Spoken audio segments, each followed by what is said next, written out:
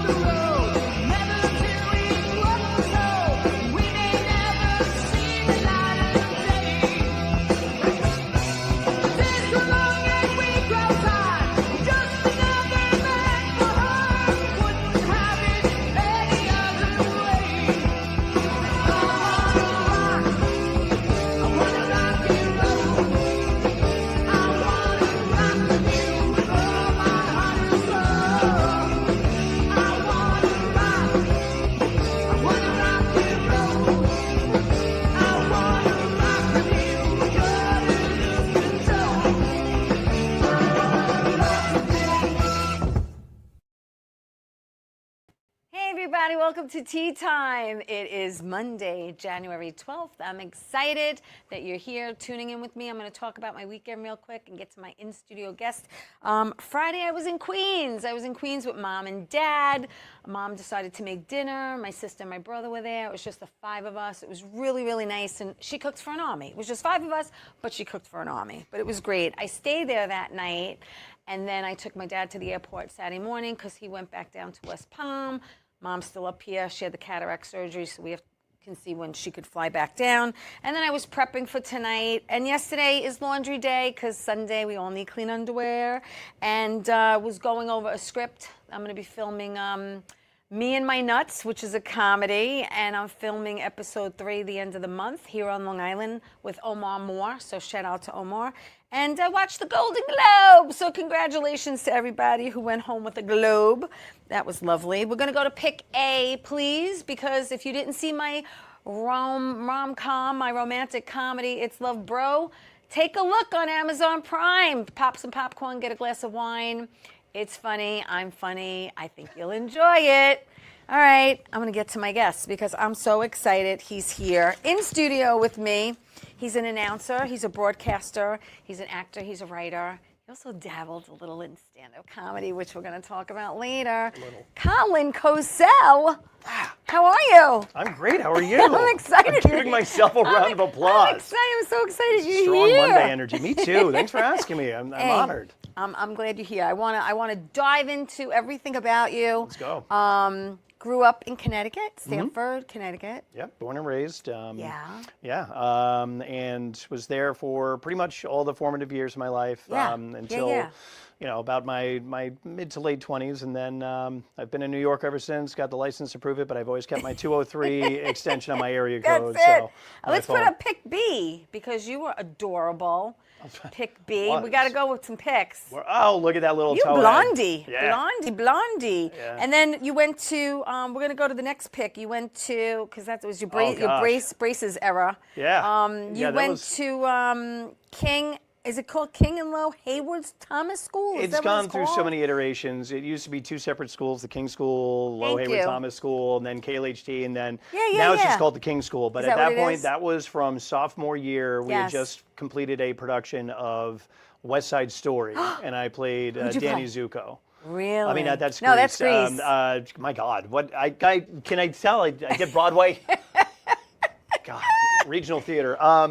So no, West Side Story is Tony. And you had the lead. I did. So I did. You my could family sing. had no idea so you I could could sing. I could at that point. Yeah, wow. My family had no idea. Either. Really? Yeah, like they thought I had like cute little bits during you know, roles in elementary school. I did West Side Story in high school. And you were Danny Zuko. I was a shark girl. You were a shark girl. Did you have a name? That's or did they it. Give you... No. You didn't like develop a persona I was around in the chorus and I danced and. Oh, all right. It was good. It was really good. No. You didn't? Oh. No, that wasn't the girls. The girls, those were the guys. I would have been equal opportunity. I don't even know what show I'm talking about anymore. I just made Grease into West Side Story. So you're in school, you're doing shows. Yep. So obviously, you know, theater, you like to perform, and your family found out that you got, you were able to sing. Yeah, and right afterwards, my mom said, "We're getting you a voice coach. You know, you're really good at this." And I said, "I enjoy being on stage, and I love being in front of an audience." And so, you know, and I always loved talking to microphones, but they didn't, you know, in the 80s and 90s, we didn't really have the resources to have like an in-school TV station or radio station. Podcasting wasn't a thing. You had like a mini, like Fisher-Price tape recorder, and that was it. So theater was the outlet, and I really loved live theater. I did my first show when I was like 6 years old. Did Oliver Twist. I played Oliver, Towhead Blonde. It was fitting. Nice getting all the leads. I love it. Well, because no one else would do it. You know, no one else was a hand. No one wanted to step up, and I was like, an audience, ha-cha-cha. And, you know, and away I went. Then you decided to study broadcasting. I did. You went to SUNY New Paltz? I did. I went to SUNY New Paltz for 2 years, and then I transferred to Purchase. Right. Yep. And then there you also studied acting there as well. Yep, communications, radio and TV broadcast from the minor in drama studies. Yeah, I went to Queens College. Nice. Majored in communication media. Okay. Because I was going to be a news reporter. Which would have been amazing. I always wanted to be in front of the camera. And then I minored in acting. So, yeah, I wanted to go that route. But what happened was I belonged to the National Academy of Television Arts and Sciences at the time. And they were like, you know, you really have to go like to the Midwest, some like really tiny station, and get your hands on everything, and then come back and maybe, you know, it'll work out for you in New York. Well, it's like becoming, you know, SAG. You know, you have to be SAG to get SAG work, but you have to get SAG points to become SAG. I know, isn't that crazy? Just, it's insane. So it's really insane. You got to work for it. Yeah, definitely, definitely. It. And I didn't want to go to the Midwest. I didn't want to leave New York. Why? There's so many. I just didn't. I'm you know, I'm the oldest in a strict Sicilian household, and I was. It could have been the Sicilian takeover of the Midwest. It could have been. It would have been amazing. Can you imagine? It could have been. I want to talk about, you know, Cosell. Cosell. Gee, that name sounds familiar, doesn't it? And I want to talk about your grandfather for a moment, the late, great Howard Cosell. And if you want, we could put up pic D, as in David, please, because there's such a sweet pic of your grandfather. Ah, classic. Holding you. This is priceless. It's just priceless. Thank you, Bobby. I appreciate it. It's such a beautiful picture. That was at my aunt's first wedding, and I was about 3 years old there, and I don't remember any of this. Of course not. What's great about that picture is it really is kind of a time capsule, because we're talking about like early 80s, and you'll notice in that picture my grandfather is holding me. I'm reaching for a microphone. Yes, you are. I hadn't even spoken into one at that point, or understood what it did so much. But I'm reaching for it, but my grandfather's got a cigar, and it is perilously close to my neck. Yeah, I saw that. And by any other standards, like people would be like, "Whoa, that's not right." Yeah, you know, like by today's standard. Back then, it's just like, well, at least like it's nothing. At least give him the stogie too. Yeah. He's going for the microphone, like, you know, double fist it. But I just want to talk about your grandfather real quick. You know, you were almost 16. You were like almost 16 when he passed, and I wanted to know what kind of influence. I know you were young when he was working. You don't remember that much, but I know there was a story that I'd love for you to repeat, if you don't mind, about him recording something or doing a show from home. Yep. And he sat you on his lap. And yeah, that was like the first time you just caught that bug. Yeah, I was 5, and my grandfather lived in the Upper East Side of Manhattan. You can go visit if you like. He's not there. 150 East 69th between 3rd and Lex. Wow. But he had a house out here on Long Island, a summer home in the Hamptons, in West Hampton Beach, right on Dune Road. And in his bedroom, and I noticed this, and I thought it was some sort of decoration, but he had this really like sturdy microphone with headphones there, and it was on a dresser. Right. And, you know, so I'm thinking like this can't be anything important if it's just inches away from, you know, like underwear. Yeah. And so I asked my grandmother about it, and she's like, "Oh, that's where Papa does his," that's what we called him, Papa. And she said, "That's where Papa does his radio shows, speaking of everything. It's 60 seconds long on ABC Radio." And I was like, "Can I watch him do this?" And she said, "Yeah, of course." And so one morning, my grandfather allowed me to kind of shadow him. I mean, he was a very doting grandfather, so it wasn't like, "All right, strict rules." It was just all right, son, here's what we do. We grab the paper, we read it, we flip through it, we see what the headlines are, we circle it, we sit down, we talk for 60 seconds, and then we go have breakfast. And in that morning, he had me sit on his lap, put on the headphones, and talk to his producer, Eddie. Eddie encouraged me to do a sound check, and I did, you know, a quick air check, came back at me, and I was hooked. I was like, I want to talk to microphones for the rest of my life. My grandfather realized that, other than the Fisher-Price tape recorder that you could get at that age, there wasn't really anything for me to use that would be of any quality. And so he gave me his old mini tape recorder, the ones that the little mini tape cassettes that reporters used to have. He had a litany of them, and he was not using them anymore.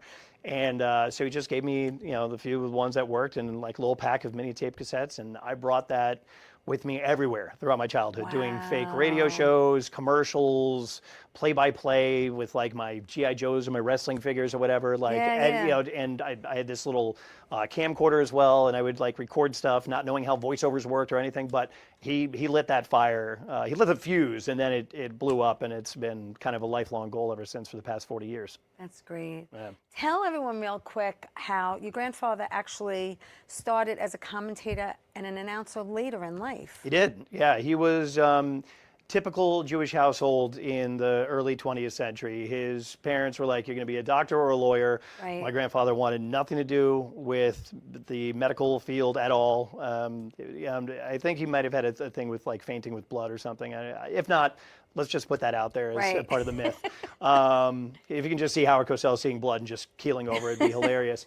But he's like, all right, I'll go into law. And he appreciated that coming from a Jewish family and everything that he'd seen in the world. It was, all right, law is the way to go. Let me do some justice, and I get to talk a lot. Yeah. So he was a lawyer until he was 38 years old. He went to NYU Law, and then he was partner, and he was kicking butt and taking names with his legal practice, but he was not happy.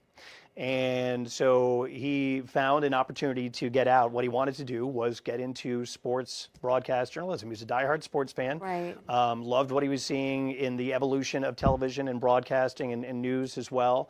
And so he leveraged one of his clients, which was Little League Baseball. Oh, and Little League Baseball wanted to start a show with Major League Baseball, a partnership show called In the Clubhouse.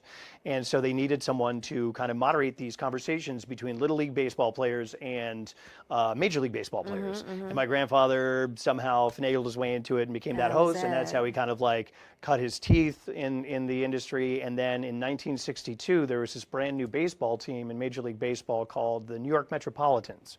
And my grandfather became one of the first beat writers and did the pre and post game show as well with Ralph Kiner. So now, is it true that you were the same age as your grandfather when you got into this? So my grandfather left his legal practice when he was 38. 38 is when I got my big break with the same team that my grandfather got the big break with in 1962 as an announcer for the New York Mets. I was 38 years old, 56 years after. Now, do you know what your grandfather's favorite sport was? What he enjoyed?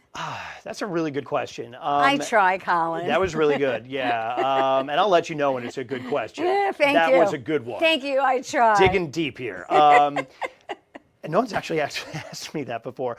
He loved baseball. Okay. I think he really loved boxing. Back when it was actually a sport and there was an art form to it. Right. I think he lost when Don King started rising to prominence is when my grandfather started to become really disenchanted. And when he realized that these fighters were being paraded around, as cash grabs instead of human beings, he had it. And but he was open to all sports. Obviously, he loved football, adored football. But we made him hockey fans. We turned him into hockey fans later in life. He had never cared about hockey. So what is your favorite sport to watch? And then what's your favorite sport to commentate? Oof, you're just firing. My God. Okay, so favorite sport to watch. My favorite sport of all time is hockey. Okay. Always has been. I played it for almost 20 years. I was a goalie. It's been my sport. Doing play-by-play when I was a broadcaster was also hockey, just because it's so frenetic and it's high energy and it's just go, go, go. And it really allowed me to be a fan as a broadcaster as well. So if there was a big game, I was covering high school hockey in New Jersey. And there was for Fios One Sports. And there was the high school hockey championship. And a team scored with like 56.2 seconds left, and I lost it. I went nuts. It's gone! It's gone! You would have thought they just won the Stanley Cup.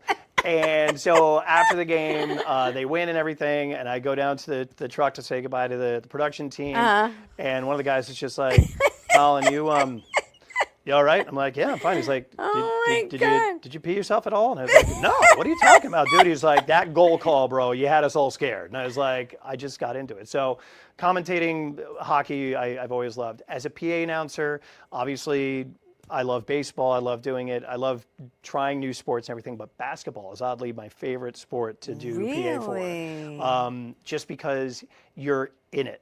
You know, you're there, you're courtside. You are a part of the action. It's nonstop. Yeah. And you're a part of the in-game entertainment as well as someone who's informing the crowd. You know, you're announcing substitutions, but you're also announcing three-pointers, two completely different deliveries, right. and they could happen in succession. Boom, boom, boom, boom, boom. Yeah. So basketball, I love that. You know, the more I'm talking, the happier I am. That's great. No, I hear you. Can we put up pick E, please? Because I just want to finish. This is a great pick. Classic. This is your grandfather with Muhammad Ali, and they had such a special relationship. Oh, best friends. Really. Yep. And to watch them together was magic. Yeah. It really was. And, you know, obviously Ali is teasing. Always wanted to your pluck that toupee. grandfather there. But, you know, when your grandfather passed, you actually spoke at his service. Yep. And looking down, I'm sure it was overwhelming to you when you saw Muhammad Ali sitting next to Billy Crystal, who Billy Crystal did your grandfather on SNL. He did. I mean, you know. Well, my grandfather gave him his start on Saturday Night Live with Howard Cosell, the original Saturday Night Live. Right. His little variety show that lasted 6 months and happened to overlap for maybe like a month with the Lorne Michaels vehicle that is still running today, and obviously my grandfather's did not. But he gave some starts to some like really incredible actors out there. Which a lot of people don't know about that. No, not at all. But Billy was one of them. Mike McKean was one of them. There's just random, you know, it's kind of mind-blowing who he brought on there and thought of as talented. And then some of them would go on to SNL proper or just have their own career. So, it was pretty wild looking at that. I remember watching your grandfather. I just want to, you know, talk about Howard just for another minute Your and then go penmanship's back to you. incredible, by the way. No, it's horrible. Okay. It's horrible. But I just want to mention that I used to watch, because I am much older than you, even though I look well preserved. I used to watch the Monday Night Football, which he actually started in 1970 with Keith Jackson and Don Meredith. And then after Keith left and Frank Gifford came in. And I remember I love listening to him. Yeah. I mean, I know he had that very distinctive voice, which you imitate very, very well, by the way. Thank you. But he was just such a beautiful character, you know, and a beautiful soul. And I think he was so relatable that everyone felt that they knew him. Yeah. Do you know what I mean? Well, I mean, and that was one of the things, you know, you're still kind of in television and entertainment's infancy. Even though the 70s, it was like full throttle and they're trying new things and they're doing different variety shows and it was like really exploding. It was still, you know, a very nascent medium. Yeah. And so, you know, to be a superstar on television in the 1970s means you are very much a household name, which means people lay claim to you as a celebrity. And that's changed, obviously, now. But at that time, it meant like, you know, you're in my household, you're a part of this family. And therefore, you know, when 1976, when TV Guide had the poll to find the most beloved and most hated personalities on TV, and my grandfather won both. So that kind of lets you know, like, what people are. They're like, yeah, you know, I couldn't stand the guy, but I also couldn't change the station. Right.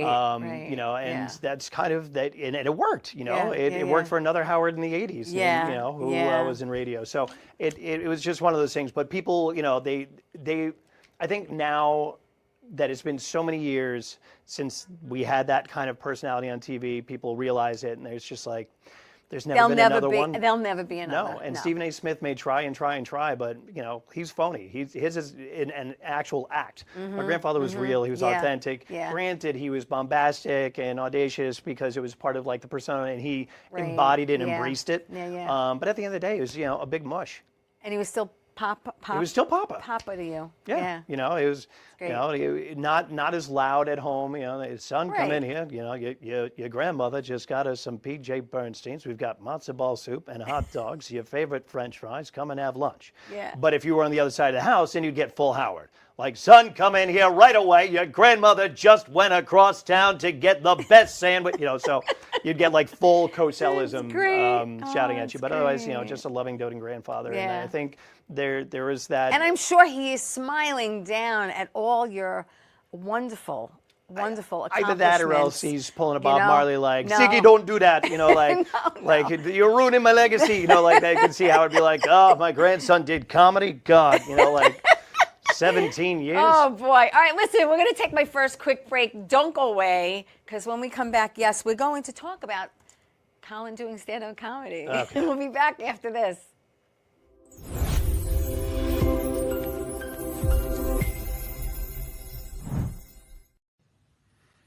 Well, hi there, Theresa. It's John York from General Hospital. I am just checking in because apparently you have a great talk show called Tea Time on Strong Island TV. I want you to have continued great success and have a lot of fun. It sounds like you're having a lot of fun, and that's pretty much the key to everything, isn't it? So continued success. I'm proud of you. Have a great day, Theresa. Bye. How you doing? It's Sal the Voice Valentinetti. Why are you watching me? You should be watching Theresa Canastraci Tea Time with Theresa Canastraci Farrell. And make sure you follow Theresa on Facebook, Tea Time with Theresa Canastraci Farrell. We'll see you there. I love the way you say my name. I love. Hey everybody, welcome back to Tea Time. I'm with Colin Cosell. He is an announcer, he's a broadcaster, he's a writer, and stand-up comedy. Stand-up comedy. I did it. Yeah, because there was a microphone. Yeah, it was a microphone, and Why not? I always loved, sarcasm is kind of my love language. It drives my mother nuts. Yeah. And not your wife, just your mother? No, my wife gets it. Like we just get each other. By the way, hi Jules, hi Eloise. Hi. Eloise, go to bed, honey. Aww. It's time for bed. You've had a long day. Daddy loves you. But no, my wife, she just gets it. And she will also, but she'll know like when to keep me in check and be like, you might want to, rein it back. Otherwise, so I've actually learned a lot from her. She's probably saved me professionally and socially as a result. But yeah, I did stand up for 17 years, and it kind of stemmed from the school bus in elementary school, and I'd be in the back of the bus, and I would just start riffing on stuff, and like. That was my first real taste of it. I had kids sitting around me. Back in 2001? Yeah. I was 7 years old. Oh, in the back of the when I started stand up, yes. When I started real stand up. Let's put up some pics, shall we? Shall we? Let's put up pic G. Oh no. Pic G. Oh gosh, New York Comedy Club. There you are. Let's stay there, and let's go to H.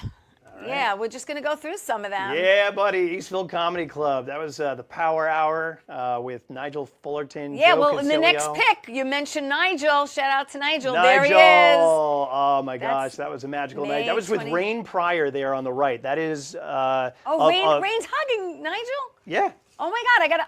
Shout out to Rain. I'm going to have to send this to her, too. She's amazing. I love her. Are you kidding me? She is killing it right now. Yeah, she's awesome. Rain, I love you. She said she'll do the show. We have to do it virtually because obviously she's not in New York. No, but she's just awesome. Stand-up is, as you know, it is a challenge. It is. It is a lot of fun. It can be. And, look, at the end of the day, I envision myself being, like a touring comic for a sliver of a heartbeat of a second, right. And then I realized my friend Steph was hosting a show. I forget which club it was, and she asked me if I would host. And I was like, I haven't done that before. And she's like, you don't even have to write any material. Just kind of go up there, wing it a little bit, bring up the comics and do everything. And I was like, I can do that. And excuse me, I fell in love with it. And I was like, hosting is my jam. And then I started producing my own shows. And at first I was like, this is an easy way out. I just, do crowd work and I don't have to write any jokes. And it's But then I was like, wait a minute, crowd work is its own beast. Yes, it is. And it forces you to think fast and think on your feet. Yeah, it's like and improv. that's where I thrive. And so hosting shows was where it was at, because then I could really warm up the crowd, really connect with them on a one-to-one basis, and just be in that moment with them. Yeah. And so that was where I really found my my comfort zone. But I haven't done it in a few years. So Steffi Acevedo, if you're out there and you're going to produce a show again, you need a host, I'll do it. She's actually busy doing voiceovers for Pokemon God, now. that's So, great. but yeah, stand-up comedy. I miss it. I loved awesome. it. It is its own beast, and it's and that's how we met. Yeah, that's crazy. I know, it's insane. Yeah. I want to put up pick F as in Frank, please, because you MC at MDA, Muscular Dystrophy I did, yes. Association. You do. I think it's it's pick. F as in Frank? F as in Frank. I'm that's producing one of that, that's too. one that's Oh, one yeah, of the that was Jerry's telethons. Kids Telethon, Yeah, my first national. Yeah, I know. They did it for a couple of years after he passed. Yes. And then they stopped doing it, and that was like every Labor Day, and I Yeah. kind of like miss it. You Yeah, know? it I wish was- someone would pick it up again. Quite honestly. You need that kind of personality. You You do. need a Jerry. You do. you But know. that was a beautiful thing that you did. Oh, thank you. It was a lot of fun. MDA, they kind of brought me on. It was one Yeah. of those friend of a friend things, and they're like, "You enjoy microphones, we need an MC." Yeah. And it was, completely volunteer work, but it helped me kind of lay the groundwork for what I'm doing now, because when I'm not announcing in stadiums, I'm MCing and hosting corporate events and fundraisers Yes, and you are. You across the are. country and stuff like that. So it really, I owe a debt of gratitude to the MDA, and if anyone wants to donate to them, do it all times. Absolutely. Because, very worthy cause. Every March, you cover 3 state hockey championship games. I used to, yeah. You used to In do my that broadcasting for days, yeah. MSG. Okay, so let's put up pick J, please, This is a fun adventure. I because have you're no on idea what's ice. coming next. I love this. Oh, yeah. You're on the ice. Yep. Your happy place. I love it there. And let's put up pick K. Let's just stay there because you're reporting. Oh, yeah, that's me with MSG Varsity. That's you. Broadcasting that's in Stamford, Connecticut, my hometown, at Terry Connor's rink, where I learned how to skate. That's also where I learned how to walk when my brother was playing hockey. So Let's that's put up L a bit of because history there. you're with the cup. Yes, me with the Stanley Cup. That was not from the New York Rangers. A member of the Anaheim Ducks after they won. Yeah. Lived it's a in cup. Darien, Connecticut, so he brought the cup, and I was like, I just have to go. And then the see last this thing pick again. is, I think, Islander. Yeah, Right? that was Islanders. me making my NHL debut just a couple months ago on November 30th. Congratulations. Thank you. That's yeah, a beautiful that was awesome. thing. So much fun. Thank you. Thank you. 2018, did you start announcing for the New York Mets? That is correct. In June Citi 2nd, Field? 2018. Nice. Against the Chicago Cubs. And then 2021, Brooklyn Cyclones? I came into Cyclones in was that 21? I don't know. That's Yeah, what it said. no, it is. Yeah, no, you're right. Just checking. Listen, time, there's no, the time-space continuum I has know. been torn apart since the And pandemic. then you had mentioned that you're also, the same year, 2021, Master of Ceremonies at GDS Group, which is a corporate event company that you produce content for, I used to, correct? yeah. I was with and them moderate for a number of years. roundtables. Yep. So tell me, what was the strategy for breakfast? That was like... That was a podcast. I was with the GDS group, Uh-huh. and it was GDS was great because it. I got to work with some extremely talented people who used to work in television. I got to learn the ropes of corporate events, but most importantly, I got to be a fly in the wall for these conversations, these high-level conversations about all the inner workings of what's going on Right. that the average consumer would not be aware of. And so it really kind of opened my eyes to that and enlightened me, educated me, and then. I'll be perfectly blunt. GDS Group is a disaster of a company. So I got out of there and I was like, wait a minute, I can do this on my own. Yeah. And Well, that's how you learn. well, exactly. That's how you learn. And that's also how, they And couldn't. then my favorite word, this is my word for 2026, pivot. That's how you pivot. You make a pivot. That's a very big corporate word. That's it. It's a That was pivot. the Thank 2020 corporate you. buzzword was pivot and I think digital it was transformation. SAT word. I'm not too sure. So I'm excited because the man has not one, not two, 3 Emmys. Three. And one of them you won for, it's called Model UN, Solution for Palestine. and you were the narrator. That specific episode, yeah. And that was Pick N as in Nancy. Now, I don't know if this is the exact one that you got that night. That was the first Emmy I'd ever won. Look how young you are, baby. Yeah. How exciting. I bought a tuxedo for that night. Look at you. But here's how misleading that night was. Our first category we were up for, we won. And I'm like, holy crap, we're going to win so many awards. And then the next one, someone else. Someone else. And it's just like, oh man, that was really just a buzzkill. But how beautiful is that? Because it was awesome. You mentioned before the show, your grandfather won 6 Emmys. And do you have all 6, or you just have one of them? I mean, you have to share with other family members? I have a couple at home. My sister has a couple. My mom has a couple. But how nice is it that yours is next to your grandfather?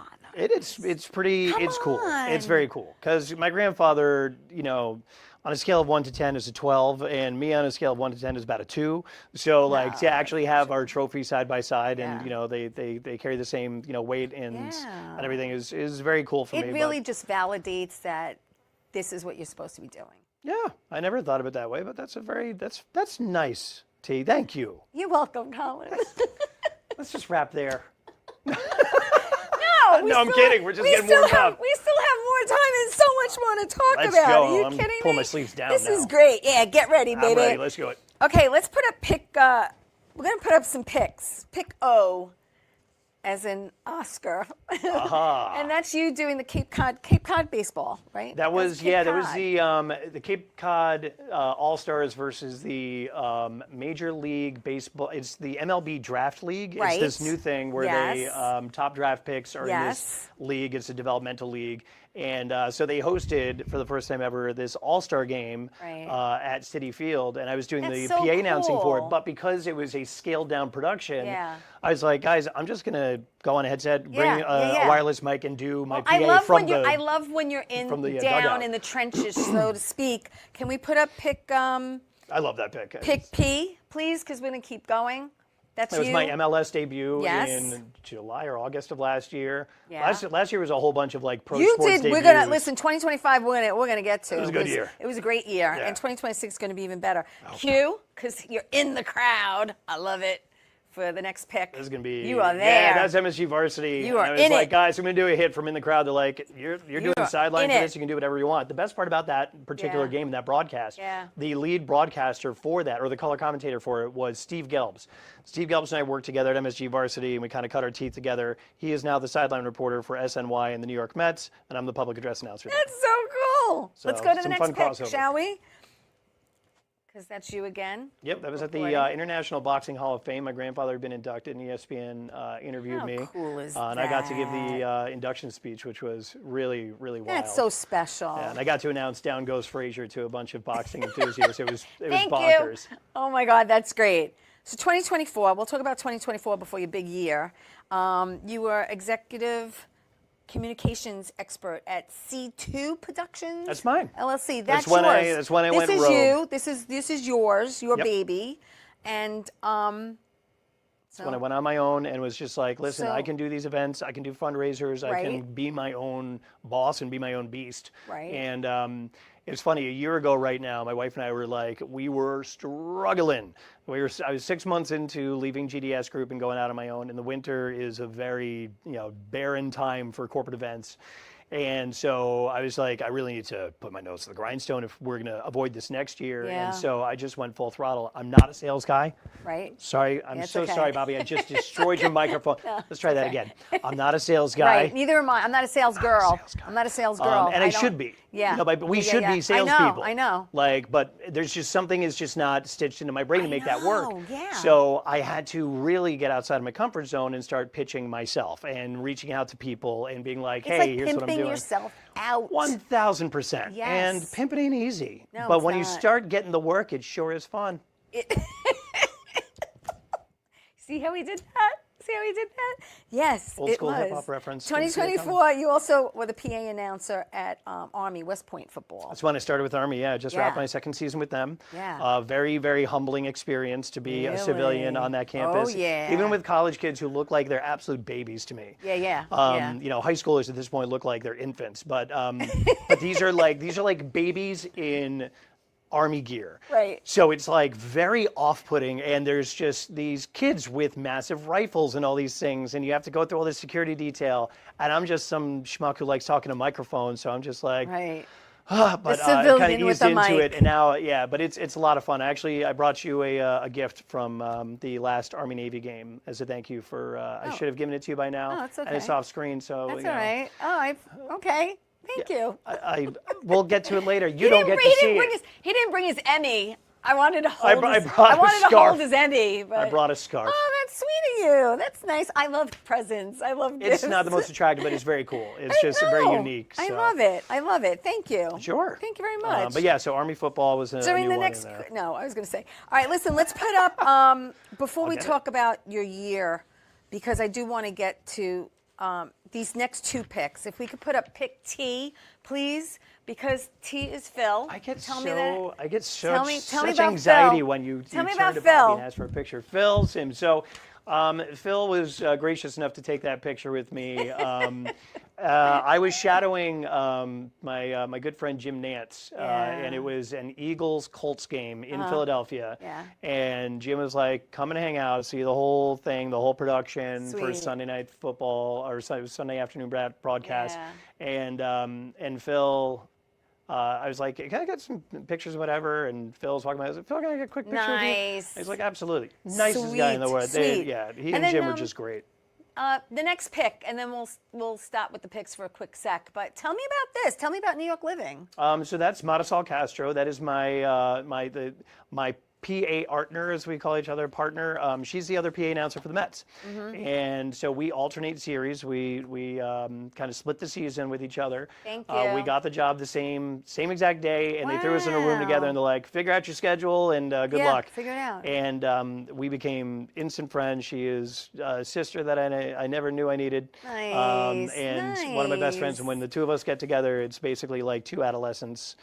That's great. She's 51, I'm 46, and yet there we are, like two 12-year-olds just being idiots. I know. But yeah, she hosts a show on Pix 11, and she had me come in and be her co-host, her guest co-host one morning, and it's a lot of fun. So nice. Yeah, she's awesome. Good All right, people. listen, we're going to take my last really quick break with Doc Gooden. Ooh, Doc. Don't go away, because when we come back, we're going to talk about his huge year in 2025. Back.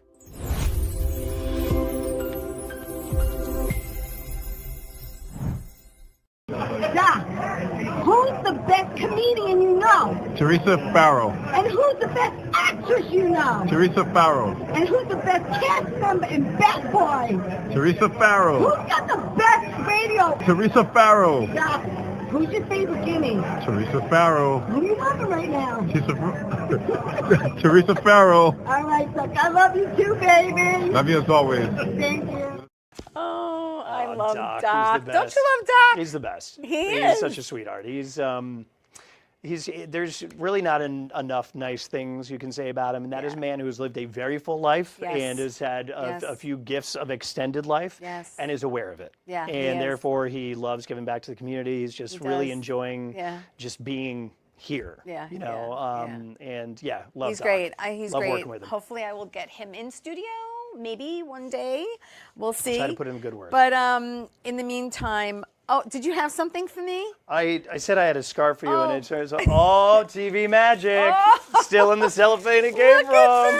Straight from Baltimore. That is from the. This is from this past West December. Point. Yep, that is the Army Navy game, the official scarf. Yeah. Thank you. It will keep you warm in these cold winter nights. Love it, love it, love it. Yeah. Let's talk about 2025, because 2025. Listen, this makes up for that pivot, right? that you took.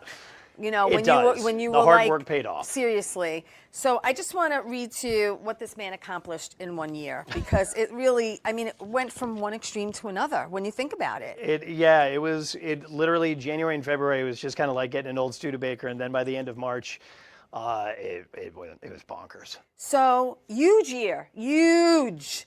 He announced for 4 new leagues. Yep. 2 new sports. Which 2? Professional soccer, But rugby, women's rugby, women's professional rugby was one of them. Which is, yes. The WER, Women's Elite Rugby. WER, yes, yeah, I looked it up because you have all these abbreviations, right? And I'm like, I know most of them, but some of them I didn't know. Old acronyms. 106 sporting events, okay, including the MLB, the PLL, which is Premier Lacrosse League. I looked them up. I don't know why. WER, which is Women's Elite Rugby. MLS, Major League Soccer. Nailed it. NCAA, right? College basketball. And NHL. I know what that is. Hello, hockey. And USL, which is United Soccer League.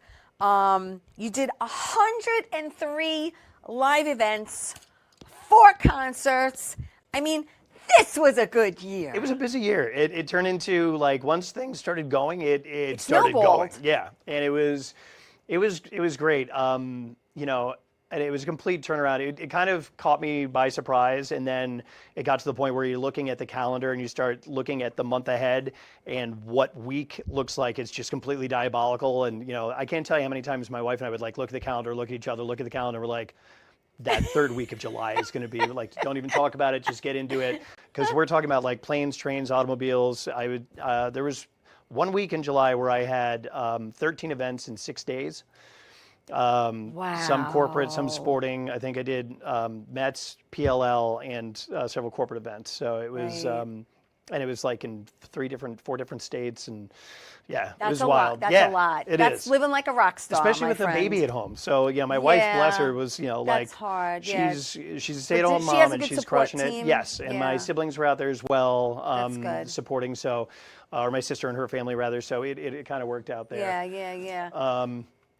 But yeah, it was. Oh, we're getting glitchy. Okay, are we glitchy? Are we okay? We okay?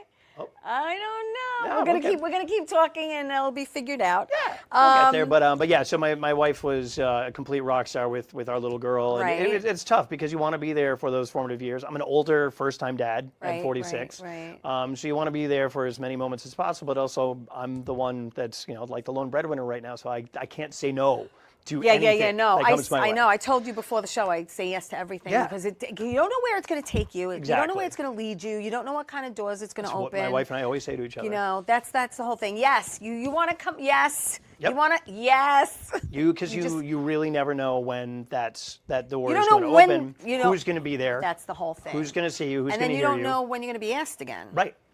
You know what I mean? Like when I was asked to do some random fundraiser in Connecticut last fall, I did it, and then 2 days later I got a call, and they're like, "Hey, saw you do this fundraiser. Can you come do ours?" And then, and then as you get busier, then you can start, marking up your worth and how much you can charge per hour. Well, and then it's, a fight for my services. You do. Well, we're going to put a pick V as in Victor, please, because you do the new World Dart Series. I did, yeah. I know. I did. When I go, there's a bar. Let's plug. We'll do a plug real quick. McBride's in Belmore. My friend Aiden owns it, and every Monday they're there playing darts. Yeah, I played in leagues. And it is. Let me tell you something. I didn't realize how serious. Oh, it's intense. I played darts when I was, I got a good wrist. Sure. So I played darts when I was younger. You had a good darts wrist? I got the wrist. It's all in the wrist. Yeah. It's all in the wrist. And I was pretty good at it, I have to say, but these people are like serious. Well, the World Championship just wrapped up. The first professional title or trophy handed out each year anywhere in the world is the World Darts Championship at the Alexandra Palace, or the Ali Palace as they call it, over in London. And all the best players in the world get together and play. And then the first trophy of the year is handed out on January 2nd or 3rd. But yeah, those guys are insane. And I started playing darts when I was 15. I played in leagues. Really? And then I realized, it's one of those things where, like, if you're not going to be the best, at least you can surround yourself with them. Correct. So as a broadcaster, I'm like, there's no really good, solid broadcasters in North American darts. I was like, I want to be that voice. And what happened to bowling? What happened? I remember watching it's still bowling there. As a kid. I used to watch it all the time on TV. These 1 p.m. every Sunday. As soon as football starts during football season, once it's on, NBC or CBS or Fox, ESPN immediately goes to. They go right to bowling. All right, that's good to know. I don't know if they still do, but they used to. I enjoyed watching that. You know what I enjoyed? Curling. Really? Love it. '98 Nagano Olympics. It was an exhibition sport.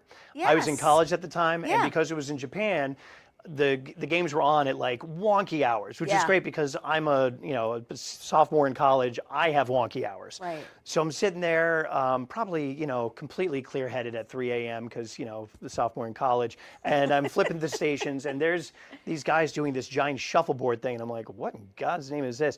I was transfixed. And then when I celebrated when they made it an authentic sport, a real sport, like, my God. So now, T, I'm putting this out on your show and into the universe. I want to be a PA announcer for the Olympics, but I would love to do, I will do curling. Put it out in the universe. I'll do it. I will do curling. Put it out in the universe. I love it. Yeah. That's great. The 2028 Olympics, I'm coming for you. There you go. You also Master of Ceremonies at the Stanford Downtown Parade Thanksgiving Spectacular. Parade, and that's nice because they have all their own. It's the warm-up to the Macy's Parade. It is. Yeah, It's the second largest balloon parade behind Macy's, and it's literally the Sunday before Thanksgiving. They try out not all the balloons, but a lot of the balloons and floats they try out in Stanford, and you get 100,000 people there. It's so cool. I love it. Let's put up W. Let's keep going with the picks, and tell me about this one.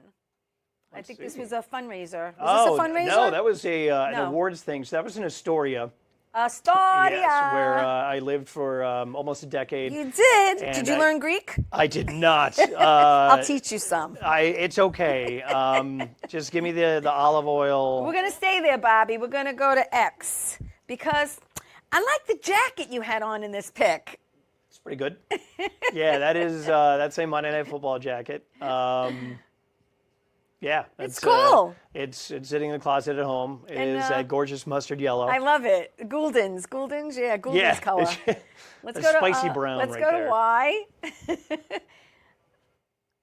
That's me and my buddy Michael Goldman. So that is the Sports Broadcasting Hall of Fame. Yes. My grandfather was one of the first inductees 19, 20 years ago.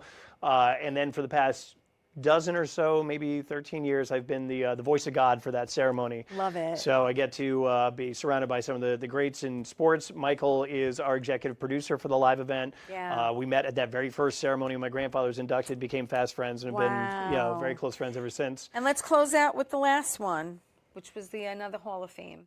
And that was the same ceremony. So the first one, I think that pick was from like a decade ago. Yeah. This was this past December. Yeah. Yeah, that's more recent with the beard, and one of the rare selfies I've taken of myself that I'm like okay with.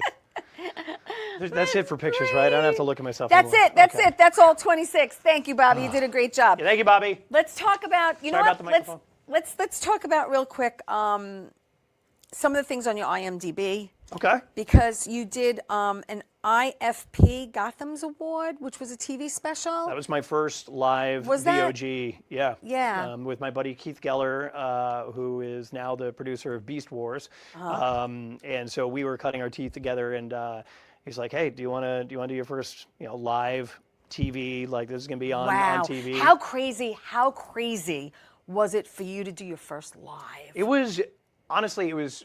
I mean, we're live. I don't pre-record my show. What? We're live on Facebook and YouTube right now, and then you know where we're going to go after this. We're going to go to Roku Netflix. TV. I wish. We're going to go to Roku TV, Amazon Fire TV, Twitch TV, Apple TV, and then everywhere podcasts can be heard, and then seen every Saturday at 10 a.m. on Channel 20 for people who live on Long Island and get Optimum TV. So many opportunities to watch myself. Live. I know, isn't it great? It's so amazing. I love watching this.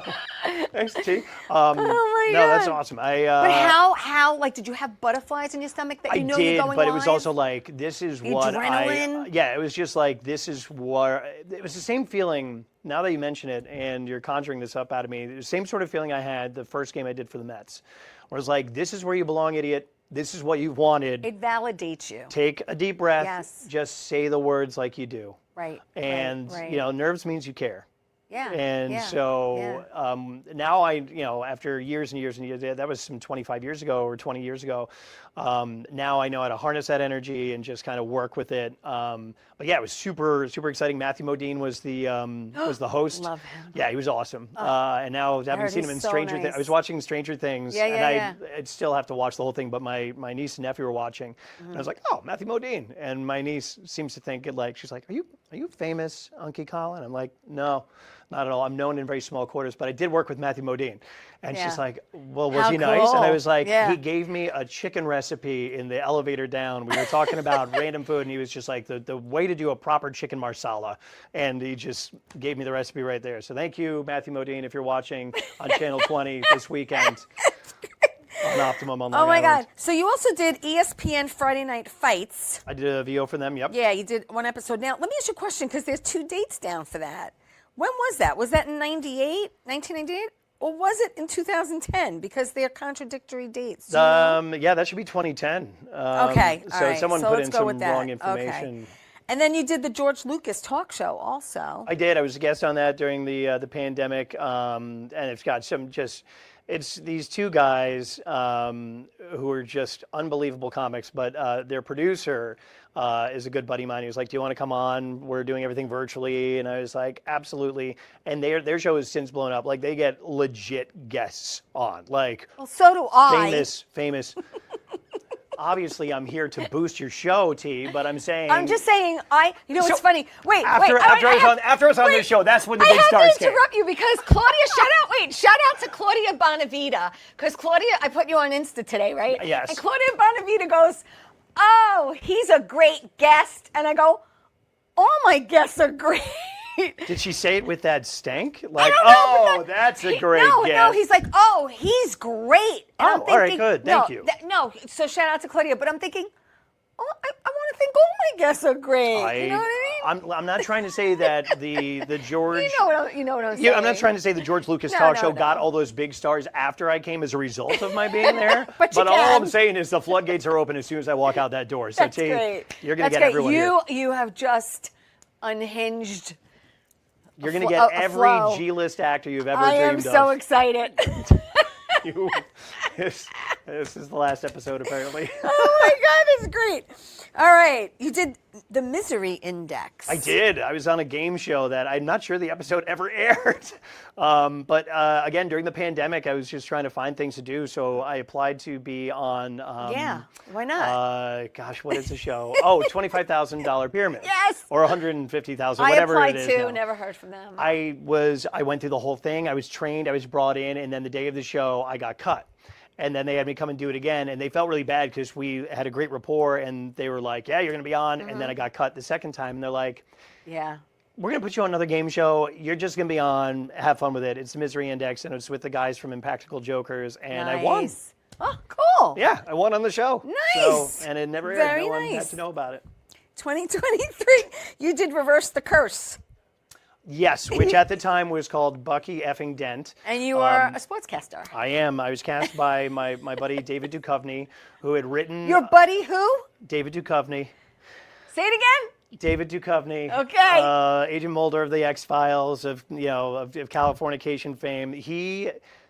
So, very quick story. We have a mutual friend, and he was cast to play my grandfather in Mel Brooks's reboot of History of the World Part 1, the Netflix History of the World Part 2. He was cast to play my grandfather. The problem was he wasn't sure if he could imitate my grandfather well. So he's talking to his mutual friend. Mutual friend says, oh, I know his grandson. He does a killer impression. Do you want me to introduce you? And he goes, absolutely. So there you are. A few days later, I'm on a Zoom call with David Duchovny, and I'm giving Duchovny acting lessons. And I'm like, what? The dude's a Yale grad, and I'm like, teaching him how to imitate my grandfather. It wasn't real acting lessons. Let's be real here, but I like to tell people that. Yeah. And then we did that for a half hour or so, and then we just kept talking for 45 minutes, and we just clicked, and we just got along really, really well. And so we stayed in touch thereafter. And then a few months later, he reached out to me and said, listen, I wrote a book that I turned into a screenplay that I'm now turning into a movie. And I need a broadcaster. Can I cast you as my broadcaster? I said, wow. Anything. Great. Yeah, whatever you want. Yeah. So we did it, and we filmed it in his apartment, and it debuted at the Tribeca Film Festival. It was so my wife and I, our first date after Eloise was born. We got to go to Tribeca or Sundance, baby. Those it were was the try, two. and it was amazing. It was an awesome experience. Got to hang out with Matthew Broderick. I'm sitting there having a conversation with Matthew Broderick and David Duchovny, and they're treating me like a peer, and I'm like, I could get used to this. This is awesome. That's so cool. But yeah, you can watch it on Hulu right now. Reverse the Curse. I opened the film. Hulu. All right, Hulu. baby. Yep. And then you did Synopsis Sports Media Award Show, which was a video that you did. Well, Synopsis Sports, Right? I emceed. I was their host for their award Yeah. show for a few years. Yeah. And then I couldn't make it this past year, scheduling conflict. But Right. But yeah, that's another fun thing to do and just Cool. be, on a podium in front of a lectern. That's it. In front of a massive audience. So. Well, I want everyone to know you can follow Colin on Facebook. It's Colin Cosell on Facebook. And on Instagram, it's The Other Cosell on Instagram. We have a minute left. How fast go to did colincosell.com. I'm I just sorry. revamped my website. Oh, you did? I did. Okay, I didn't know that. Why if didn't you you need- tell me that? Because ColinCosell.com. everything I do is very clandestine. Whatever. Okay. see? And Thanks. also, we have like 43 seconds left. Can I get casual now? Can I throw my legs in? Yeah, get cash. All right. But real quick, the man wrote a screenplay. Can we did. Say, we say that out loud? We can Yeah. say it out loud. Yeah, I'm so excited. I am too. I finished it at 3 So a.m. excited. today. He's going to let me read it. I'm so excited. Layman And of the Board coming to a theater eventually. there you go. There Yeah. you go. Listen to me, my friend. Thank you. This has been so much fun. Thank you for coming. Thank And you. my door's always open. I will bring I every appreciate you G-list taking the actor. ride. He's on Long Island now. I am. How do you like that difference between Connecticut and Long Island? Very different. Very, yeah. Accents. Yeah. The Oh, LIE. real quick, before we go. 6 seconds, if go. there was a movie about your grandfather, who would you want to see play him? Me. There you go, people. I want to thank everyone, and we're beeping as if there's a bomb in here. Okay, listen. It's not a bomb, don't worry. Everybody get down, take cover. We're about to go. Listen, thank you everyone for tuning into Tea Time. Tune in next week, and remember, tell everyone you love them. Ciao. Down goes tea time. I love you.